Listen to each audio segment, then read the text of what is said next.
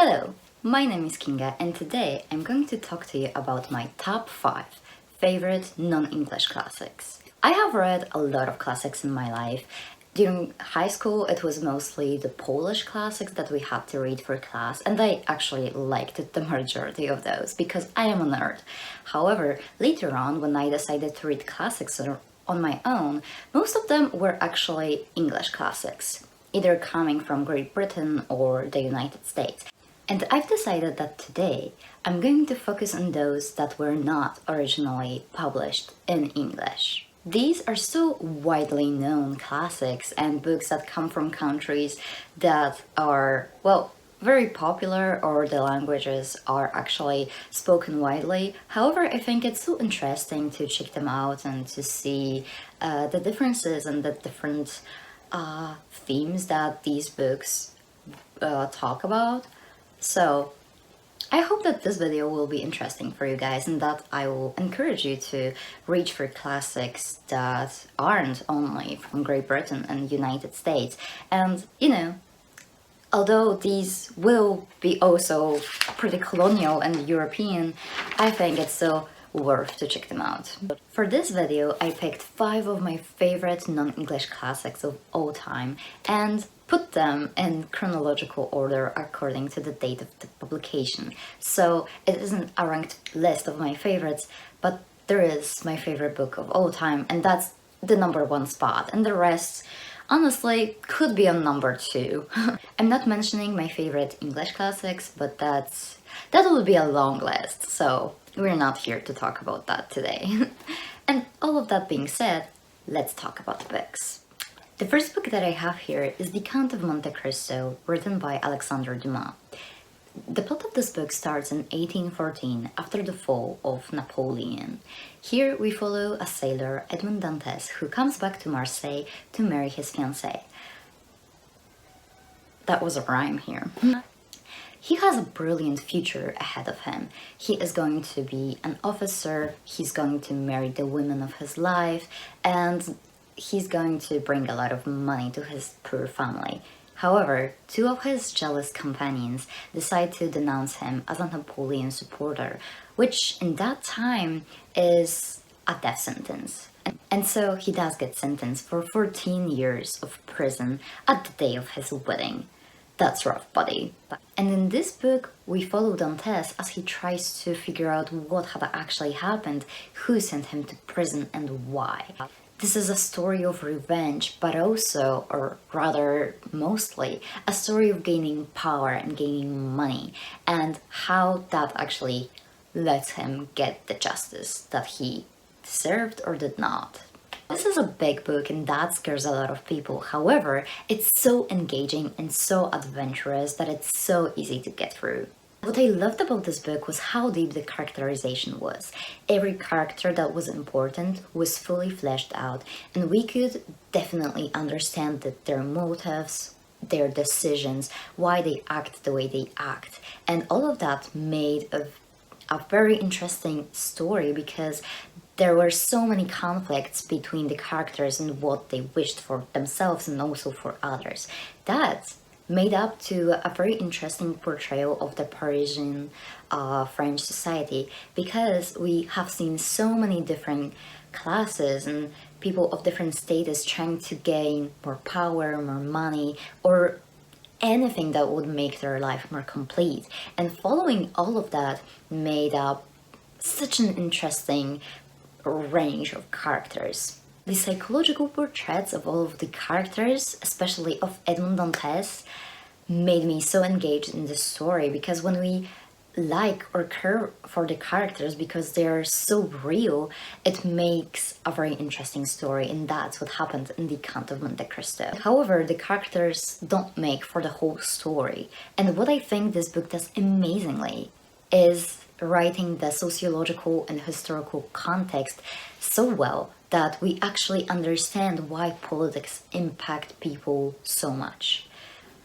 It was the first book where I've actually seen how much the politics divided the society. It truly divided families, altered people's lives. For example, Dantes, if he only hasn't been denounced as a Napoleon supporter, even though he didn't really care for Napoleon, he wouldn't have been in prison and nothing of this book would have happened. For me, it was incredibly interesting, but another thing that this book does well is not overwhelm the reader with the amount of information and the historical context, because it's written in the story so well that just following the characters, we can see how the politics actually affected them. It was incredible, and I think that Dumas was a great writer. And I think that The Count of Monte Cristo is a great book to read. Definitely a classic to read kind of later on when you have read a few classics, so that it doesn't overwhelm you with the amount of tropes and just stories that are woven into this big grand thing. But it's definitely something to keep your eye on, and whenever you're ready, read The Count of Monte Cristo because it's so worth it. The Count of Monte Cristo was one of my greatest surprises of last year, and I didn't expect myself to enjoy it so much, but it's definitely up there in the list of my favorite classics of all time. The second book that I wanted to talk about is Dido by Bolesław Prus. By many Polish people, it's regarded as the best Polish classic, and I am among them. What is interesting, it was first published as a serialized novel in a newspaper in the years 1887 and 1889, and later on it was published as a full book. And probably because of that, the critics had said that this book was disjointed. However, it still reads really well. A bit of a historical background. After the partitions of Poland in 1795, Poland has been divided between three empires: the Russian Empire, the Austrian Empire, and the Prussian Empire. And we follow the characters in Warsaw, which has been a part of the what was it called in English? I'm not sure. Probably like the Varsovian Kingdom. And it was united with the Russian Empire under the same ruler after Napoleon has invaded and like went over it. What is important is that Poles always fought against these ruling systems, and there has been many uprisings. One of which, the most important for this book, is the uprising in 1863, which had terrible consequences for Poles, and many people has been sent to Siberia for an exile. And in the Dole, we follow a character, Stanisław Wokulski, who has first participated in the 1863 uprising. However, later on, after he came back to Warsaw, he made money on supplying the Russian army during the Russo-Turkish War in 1877. So we can see that there's quite a lot of grey morality going on. However, in the Dole, we mostly focus on how Stanisław Wokulski tries to win the heart of an aristocrat, Izabela Łęcka, and later makes money, gains a high social status in Warsaw, and becomes one of the most important people in the Warsavian society. Similar thing is going on as in the Count of Monte Cristo, but on Polish scale. It's not as adventurous, it's very much more depressing actually, because Wokulski isn't half as successful as Edmond Dantes. However, it's still very important to see how he changes throughout his life and how people try to use him for their own good and for their own money and wealth, because yeah, this guy is too in love and too into his ideas to actually understand what the hell is going on around him. Simultaneously, we follow an older man, Ignacy Rzecki, who takes care of Wokulski's shop and basically tries to keep him grounded in realistic goals. Does it work though? Not necessarily, but he tries, and that's important. Dido is very much a portrayal of Polish Warsavian society at the end of 19th century, when there's a lot of transformations going on. Firstly, a social one, because the old aristocracy is losing its power. Capitalism is starting to rise, and many investors like Wokulski become more important people in this society.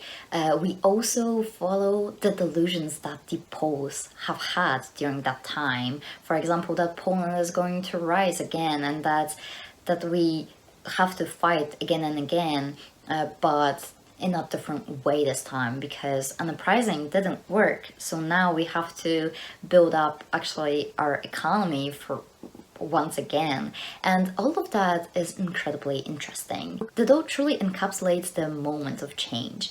For one, Wokulski connects many different conflicting ideas that have been present in the society back then. For example, he has those romantic ideas of what love should look like, and at the same time he's very interested by science. He loves it, and he goes out of his way to fund people who want to be scientists. At the same time, he tries to help the poor, which is an idea which was very prominent in positivism. I think that what makes the Doe such a great classic is that it shows all of those problems that have been deeply in the past. However, they are also prominent in our modern world, and they are troubles that are quite relatable and that appear again in modern society. But beside that, the Doe is simply well written. It's an engaging book, very funny at times, but also it has very sad moments. It is engaging, it's interesting, you can think philosophically. What more to say? I think that this book is amazing, and if any of you will reach for a Polish classic after my video, I will be incredibly glad and happy. If I have to recommend one Polish book to others, it's definitely The Doe by Bolesław Prus. Up is my favorite book of all time, and that is Demian by Hermann Hesse, or The Story of Emil Sinclair's Youth, published in 1919. Hermann Hesse is a German writer that has been awarded with the Nobel Prize, and I'm so glad because his writing truly deserves it. The most well-known books by Hermann Hesse are actually Siddhartha and Steppenwolf, which I will talk about next. However, nothing hits as much as Demian does. This is basically a coming-of-age story of a man who tries to find his path in life. He's kind of struggling between two worlds, the worlds of good and evil. He calls it the world of light and the darkness, whereas light is described as religion, everything pure, and obedience, everything that is connected with the good things in life, whereas the world of darkness is connected to sin, missing classes, drinking, and getting addicted. However, there is someone that helps him through all of those struggles, and that is Max Demian, who can be regarded as his spiritual guide, who helps him find this path and the ideas and philosophical worldview that truly works for Emil Sinclair. And this book was very eye-opening to me. It was extremely helpful as well, because here we have someone who's so caring for Emil, who tries to explain the world to him, but in a way that truly moves people and doesn't set strong rules. Hermann Hesse's reflections are something that I just adore. His writing is extremely beautiful, and I love the message of this book that just says to try to find yourself and try to listen to yourself and what you actually want. And that is something that I just aspire to do as well. I read this book when I was 15, and since then it kind of changed something in me. It just moved me in many different ways and made me understand who I am better.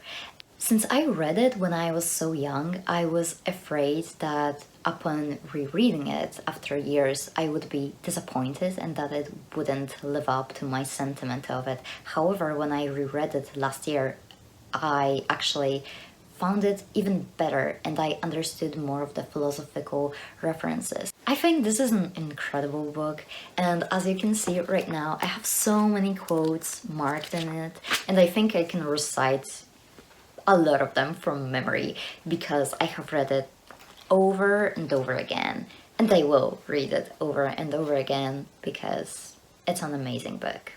I also wanted to recommend another work by Hermann Hesse, and that is Steppenwolf.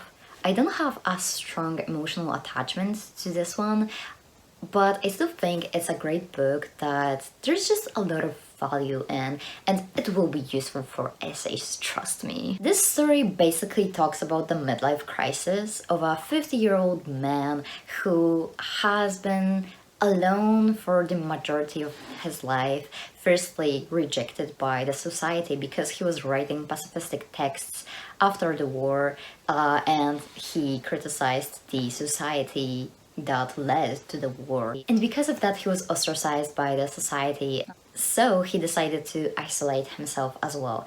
And there is a pretty clear distinction between the first book that focuses more on the main character's reflections on his life and on everything that has happened to him. It's more emotional, kind of boring, but he focuses on his past. And then in the second part, after he meets Hermione, a woman who leads him to a bar and to a very abstract theater-like place, there it's just abstract upon abstract, and he basically re-evaluates his entire life and tries to live again. In the first half, it was difficult for me to get into this book, but I did get hooked in eventually. And then I have grown attached to Harry. I could see myself in him, which I think says more about me than about Harry or about Hermann Hesse, and I don't think it's very good to relate to a 50-year-old man having a crisis. But you know what? We all do have crises. And what was very uplifting about this book was how Harry has actually found life again and found the joy of it again, and I think that's very important and could help many of us. This book is great for the moment where you want to re-evaluate your life and what has been actually important to you, and I think that there may come a lot of good from it. If you don't do like the people in the 1960s and start taking drugs though, because that's not necessarily what Hermann Hesse meant with the message of this book, but he did help me find like another purpose in life, and that is something that I just adore Hermann Hesse for. Hermann Hesse is my favorite writer of all time, and every time I read another book by him, I'm just convinced even more. So I hope that you find the beauty of his writing as well. The last book that I wanted to talk to you about is The Plague by Albert Camus. Another French book, however, it takes place at an Algerian city of Oran, where an epidemic starts. We observe the variety of reactions that people have to an epidemic. We see an eruption of panic, a cry for hope, and how people actually do get to helping others. And also, we see the absolute lack of care and just ignorance to other people's tragedies. I have read this book in the peak of COVID, and it was even more touching and even more terrifying than it would have been if I hadn't read it in 2020. It was terrible. I think that thanks to that, I appreciate this book more. But what it does amazingly is show the human condition and how people react to the bad things in life and how they like to not care about others. And this book reveals the hypocrisy that every one of us has. It was a great book to analyze the society but also ourselves, and I think it's an amazing book that isn't really talked about that much. In Poland, it's often a required read, and I'm thankful for that because I think it's truly fascinating and also very thought-provoking. Unfortunately, because of that, there's this cool interpretation that the plague is just the eruption of evil and that there will always be bad things in people. And that's true. However, I think that it's better to go into this book without this this interpretation and to just try to analyze the people on your own, because that's what this book does amazingly. And this is something that Albert Camus does in general very well, because The Stranger also talks about that, about human condition and the evil that people have inside them. So in general, that's a great author, and I'm glad that I have read from him. So those are all of the books that I wanted to talk about today. These are my top 5 favorite non-English classics. Among them, there have been quite a lot of my favorite books of all time, and I hope that you will reach for some of them, because it's really worth it. And with no longer ado, let's see you in the next video.